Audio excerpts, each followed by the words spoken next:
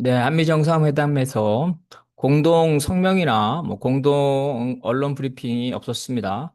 한미 정상회담에서 무슨 일이 있었는지 한번 알아보겠습니다. 일단 이재명 대통령의 트럼프 대통령과의 상견례는 성공했다.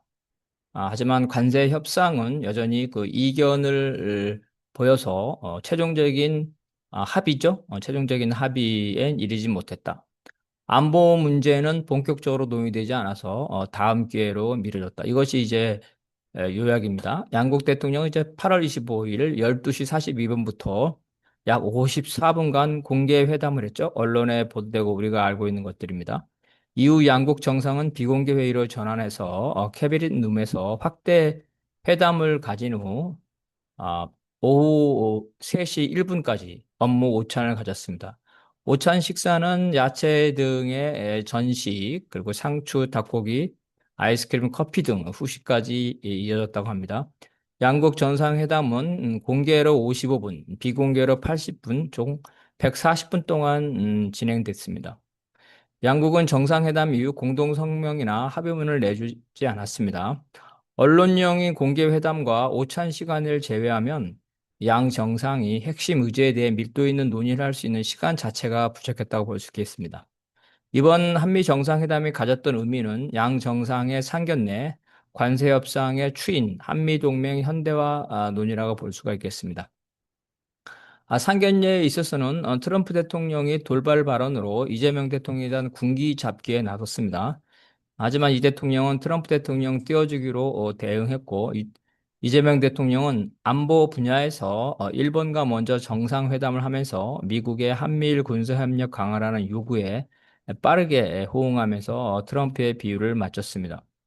이 대통령은 친중이라는 오해를 불식시키며 지난 G7 정상회의에서 불발된 트럼프와 상견례를 결과적으로 화기애애하게 끝냈다고 볼 수가 있겠습니다. 트럼프는 회담 전에는 교회, 순복음교회죠. 순복음교회에 대한 압수수색, 미군 부대 내에 한국 부대죠. 한국 부대. 이 무인 드론기죠. 드론기를 북에 몰래 보냈다는 점, 이거를 하기 위한 압수수색이었습니다. 또 이재명 정부가 숙청을 하고 있다. 이런 충격적인 발언을 SNS에 올림으로써 회담의 기세를 잡으려고 했습니다. 공개 회담에서도 내란 특검에 대해서 트럼프 대통령이 조롱했습니다. 자기를 수사한 미친놈이 한국에서 그 특검으로 이러한 압수수색들을 한 것 아니냐 이런 식의 조롱을 한 거죠. 주한미군 기지에 대한 토지 소유권 요구 등 돌출 발언을 이어갔습니다. 반면 이재명 대통령은 이런 이슈를 간단히 해명하고 트럼프 대통령에 대한 칭찬을 이어갔습니다. 특히 트럼프가 가장 관심이 있는 북미 정상회담 가능성을 언급하면서 분위기를 띄웠습니다. 공개 회담은 트럼프에게 언론 홍보용이었고 이재명 대통령은 트럼프의 의중에 충실히 대응했습니다. 결과적으로 언론의 우호적인 장면을 보여주고 트럼프의 환심을 사서 관세와 안보에 관한 미국 측의 소나기를 피한 셈입니다. 특별히 미국으로부터 얻은 것은 없지만 예상하지 못한 타격을 피했다는 점에서 비록 내용은 없지만 원만하게 진행된 정상 회담이라고 볼 수 있습니다. 해외 언론의 외신 보도도 어, 대부분 이런 논조입니다. 합의가 없었다는 점을 회담 실패로 볼 수 없는 이유입니다. 이후 관세 협상의 세부 사항, 그 안보 분야의 큰 틀이 논의될 것으로 보입니다. 관세 협상은 몇 가지 부분에 정상 간에도 이견을 좁히지 못했고 또 구체적인 것들이 협의되지 않았기 때문에 악마는 이후에 향후 디테일한 협상 결과에 달려 있다. 이렇게 볼 수가 있겠습니다. 이번 회담에서 예정된 핵심 의제는 한미 양국의 실무자들이 타결한 관세 협상을 추인하고 실무선에서 이견이 있는 부분을 양 정상들이 최종 조율하는 것입니다. 하지만 비공개 회담에서 양 정상은 이견을 좁히지 못하고 다만 실무자들의 협상 결과를 추인하는 것에 그쳤습니다. 이후 세부적인 부분과 이견이 있는 부분을 계속 논의하기로 정리한 것으로 보입니다. 언론 보도에 따르면 한미 양측은 이번 회담에서 회담 전에 공동 성명에 대한 초안 마련, 그죠? 이러한 것들을 당연히 접촉을 했고, 회담 이후에도 공동 성명이나 공동 보도자료 발표를 위해서 10여 차례 실무자들이 회의했지만 합의에 이르지 못했다고 합니다. 미국은 상호 관세에 대해서 한국 측과 합의했음에도 불구하고 이와 별도의 품목 관세에 대해서는 한국 측과 이러한 합의에 관해서 구체적으로 논의하고 명문화하는 것에 소극적이었습니다. 상호 관세는 국제 비상경제권한법에 근거를 두고 있고, 하지만 이것은 연방법원에 제소된 상태라서 위법으로 판정될 가능성이 있다고 합니다. 반면 무역 확장법에 따른 그 품목 관세는 이미 과거에 철강의 경우에서도 보듯이 트럼프 일기 때부터 시행되고 있는 것으로서 법적 안정성이 강합니다. 결국은 법원에서 그 합헌으로 인정하는 품목 관세에 대해서 트럼프 진영이 한국에 대해서 강경한 태도를 가지고 있기 때문에 이번에 합의가 되지 못한 거 아니냐 이러죠. 특히 이제 자동차와 반도체 이런 부분이 중심이 되겠습니다. 그래서 한국 정부는 바로 이러한 품목 관세죠. 자동차에 대한 15% 관세를 명문화할 것, 그리고 반도체, 의약품에 대해서 다른 나라에 비해서 불리하게 대우하지 않는 최혜국 대우를 명문화할 것을 요구했지만 성사되지 못했습니다. 3,500달러의 대미 투자 펀드의 경우에 한국은 이중 1,500달러가 조선업 전용이라는 것을 문서에 포함하자고 제안했지만 미국이 거부했다고 합니다. 미국 정부 역시 구글 정밀지도 반출, 쌀과 소고기 등 농산물 수입 분야에서 한국 정부의 양보를 자신의 생각만큼 이끌어내지 못했습니다. 특히 쌀과 소고기 부분에 대해서는 한국 정부가 강경한 입장을 유지한 것으로 보입니다.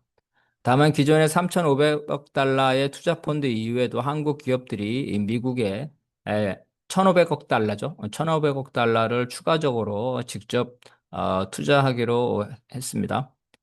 3,500억 투자와 관련해서 구속력이 없는 양해 각서를 체결할 예정이었지만 아직 실무자들이 협의 중이고 양국 정상들 사이에서 구체적인 논의가 없었습니다. 미국은 지분 투자를 요구한 반면에 한국은 대출이나 보증 등의 방식을 선호하고 있다고 합니다. 원자력 발전소의 그 해외 건설 계약과 관련된 웨스팅하우스의 불공정 계약 문제도 실무자 간에 공유만 있었을 뿐 구체적인 논의가 없었던 것으로 보입니다. 관세 협상의 세부적인 논의는 향후에도 계속됩니다. 관세 협상 과정을 보면 한미 간의 이견이 실무자들 사이에서 좁혀지지 않았고 양국 정상들 사이에도 극적 타결이 없었다는 것을 알 수 있습니다. 관세 협상과 한미 정상회담 과정에서 실무자 간에 성사된 합의문을 이후에 공개할 필요가 있다고 볼 수가 있겠습니다.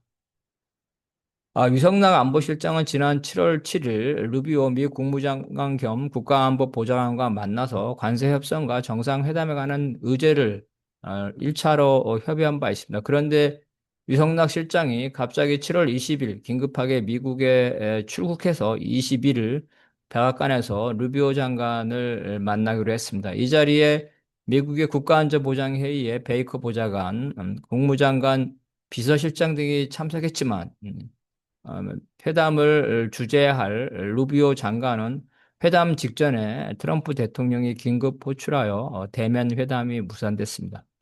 유성락 실장은 추후에 루비오 장관과 유선 협의를 했다고 밝혔습니다.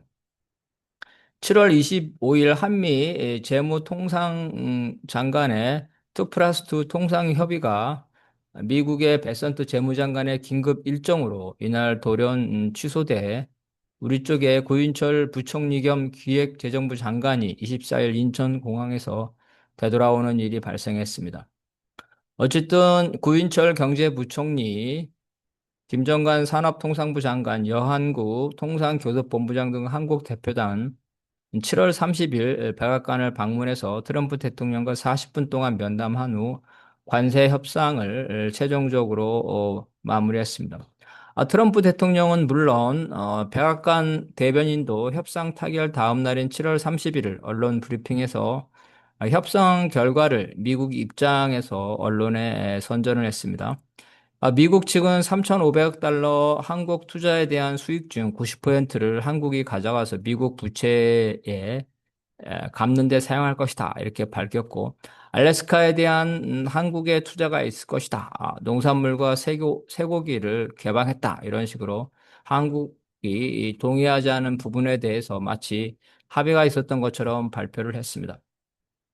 아, 정상회담 이후에는 미국의 언론들이 너무 조용한데요. 핵심적으로 미국의 언론에 관심을 끌 추가적인 내용이 정상회담에서 나오지 않았다는 점이 있습니다.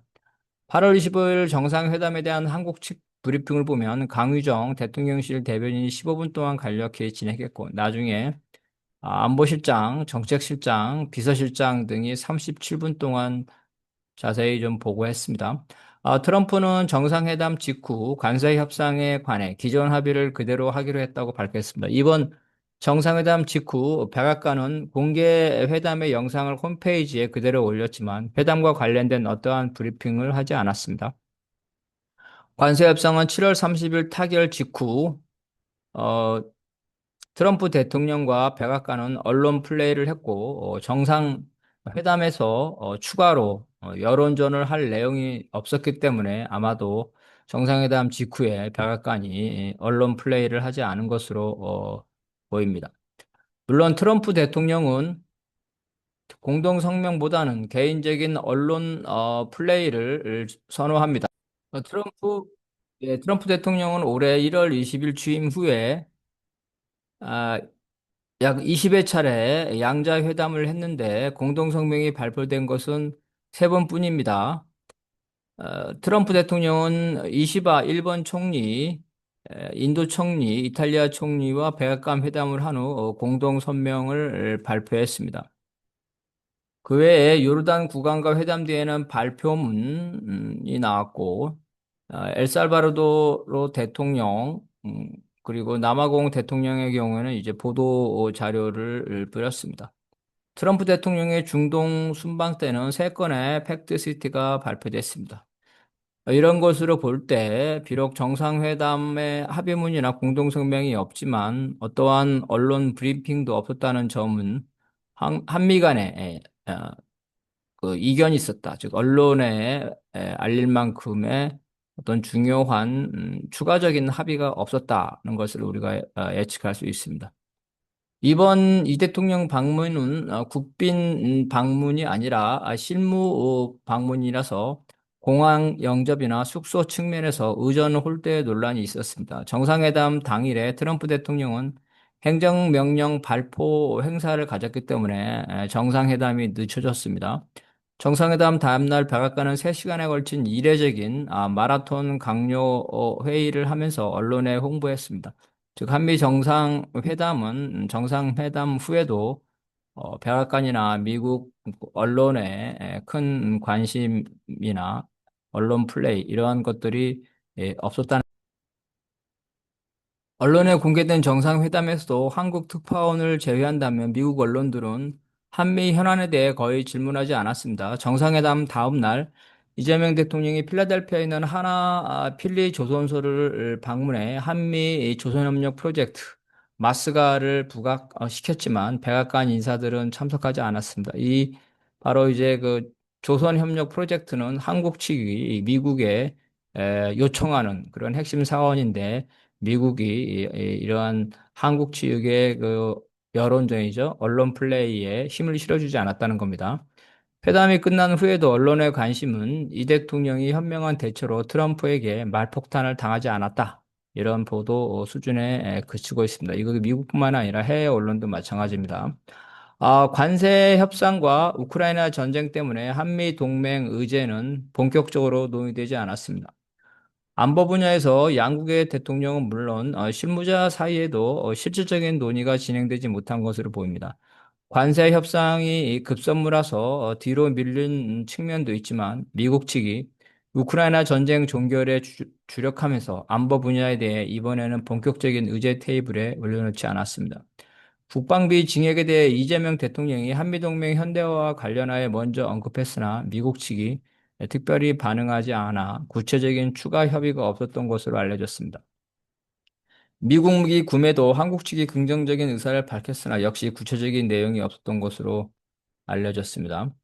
전반적으로 미국 측은 안보 분야에 대해 이번 회담에서 구체적으로 다룰 의사가 없었던 것으로 보입니다. 결국 전략적 유연성에 따른 주한미군의 규모와 역할 조정, 방위비 분담금 증액 문제도 구체적으로 논의되지 않았습니다. 향후 양국의 국방장관 회담에서 이런 문제들이 논의된 후 추후 정상회담에서 최종적으로 합의할 것으로 보입니다. 친미 정권이 한국에서 잇따라 퇴진했기 때문에 트럼프도 이재명 정권을 압박하는 강공을 자제한 것으로 보입니다. 결과만 보면 이번 한미 정상회담에서 트럼프가 통상뿐만 아니라 안보 분야에서 한국을 강하게 압박할 것이라는 예상이 빗나갔습니다.